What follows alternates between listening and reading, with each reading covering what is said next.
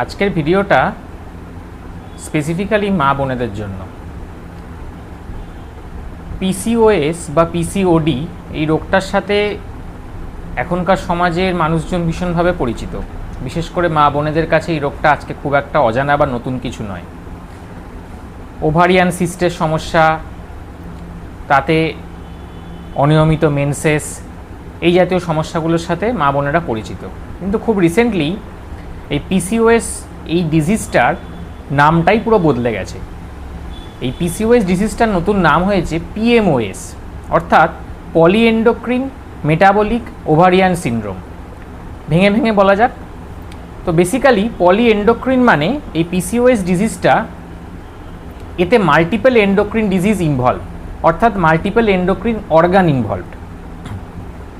Metabolic মানে এই ডিজিজটার সাথে শরীরের অনেক কিছু মেটাবলিক ডিসফাংশন অ্যাসোসিয়েটেড, যার মধ্যে ওবেসিটি একটা মেজর পার্ট, যার মধ্যে ডিসলিপিডেমিয়া অর্থাৎ কোলেস্টেরল বেশি থাকা একটা মেজর পার্ট, যার মধ্যে ফ্যাটি লিভার ডিজিজ একটা পার্ট, যার মধ্যে ডায়াবেটিস বা প্রি ডায়াবেটিস একটা পার্ট, যার মধ্যে হাইপারটেনশন স্পেসিফিক্যালি ডায়াস্টোলিক হাইপারটেনশন একটা পার্ট।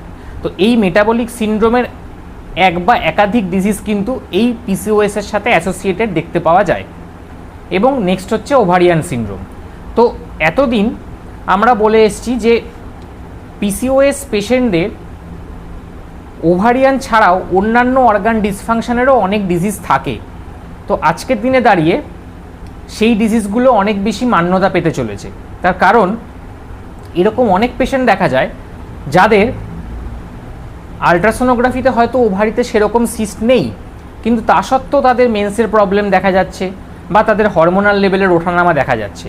তো এই হরমোনাল লেভেলের ওঠানামার বেসিক প্যাথোলজিটা কিন্তু লুকিয়ে আছে এই প্রোগ্রেসিভ ওয়েট গেন অর্থাৎ ওবেসিটি, এবং তার পাশাপাশি সেই ওবেসিটি রিলেটেড পিটুইটারি গ্ল্যান্ড এবং শরীরের অন্যান্য গ্ল্যান্ডের কিছু হরমোনাল ডিসরেগুলেশনের ওপর। এবং সেই হরমোনাল ডিসরেগুলেশনই কিন্তু অ্যাকচুয়ালি ওভারিয়ান ডিসফাংশনের জন্য দায়ী। তো সুতরাং শুধু যে ওভারিয়ান ডিসফাংশনকে অ্যাড্রেস করা মানে অনিয়মিত মেন্সকে অ্যাড্রেস করা এবং কিছু ওষুধপত্রের মাধ্যমে মানে ওরাল কন্ট্রাসেপটিভ পিলসের মাধ্যমে মেন্স রেগুলার করাটাই কিন্তু পলিসিস্টিক ওভারিয়ান সিনড্রোমের একমাত্র চিকিৎসা নয়। আজকের দিনে দাঁড়িয়ে পলিএন্ডোক্রিন মেটাবলিক সিনড্রোম মানে নতুন যে টার্মিনোলজি এসছে, তাতে বেসিক প্যাথোলজিটাকে অ্যাড্রেস করা ভীষণভাবে জরুরি, যেখানে ওয়েট ম্যানেজমেন্ট বা বডি ওয়েট ম্যানেজমেন্টটা একটা বিশাল বড় পার্ট। কারণ এই ওয়েট ম্যানেজমেন্ট করলে অটোমেটিক্যালি বডিতে ইনসুলিন রেজিস্ট্যান্স কমে, এবং ইনসুলিন রেজিস্ট্যান্স কমলে তার ডিরেক্ট এফেক্ট আছে পিটুইটারি গ্ল্যান্ডের ওপর, যেখান থেকে এফএসএইচ এলএইচ হরমোনগুলো বেরোয়। এবং সেই হরমোনগুলোর যে ডিসব্যালেন্স, যেটা পিসিওএস বা এখনকার পিএমওএস ডিজিজে দেখা যায়, সেই ডিসফাংশনগুলো কিন্তু অনেকাংশে কমে যায় যখন ইনসুলিন রেজিস্ট্যান্স কমে যায়। এবং ইনসুলিন রেজিস্ট্যান্স কমার একমাত্র প্রধান উপায় হচ্ছে বডি ওয়েট কমানো। তো আজকালকার দিনে দাঁড়িয়ে ডায়েট কন্ট্রোল, এক্সারসাইজ, তার পাশাপাশি ওজন কমানোর অনেক ভালো ভালো মেডিসিন আজকে ইন্ডিয়ান মার্কেটে এসেছে। তো এর কোনো একটা বা কম্বিনেশন অফ মাল্টিপল মোডসের মাধ্যমে ওয়েট লস থেরাপিটা প্রাইমারি মোডাল হিসাবে চিন্তা করে যদি সেটাকে আগে অ্যাড্রেস করা যায়, তাহলে কিন্তু আমাদের পলিসিস্টিক ওভারিয়ান সিনড্রোমের ওভারিয়ান ডিসফাংশনের পাশাপাশি তার পেছনে যে ডিজিজগুলো রয়েছে, যেগুলো হয়তো চট করে চোখে পড়ে না, যেগুলো সময়ের সাথে সাথে সামনে আসে, যেমন একটা ডায়াবেটিস, যেমন ডিসলিপিডেমিয়া, যেমন হচ্ছে ফ্যাটি লিভার ডিজিজ, এবং লং টার্মে দেখা গেছে এই ওভারিয়ান ডিসফাংশন বা পিএমওএস বা পিসিওএস পেশেন্টদের কিছু পার্টিকুলার ম্যালিগনেন্সি রিস্ক বা ক্যান্সারের রিস্কও কিন্তু বাড়ে।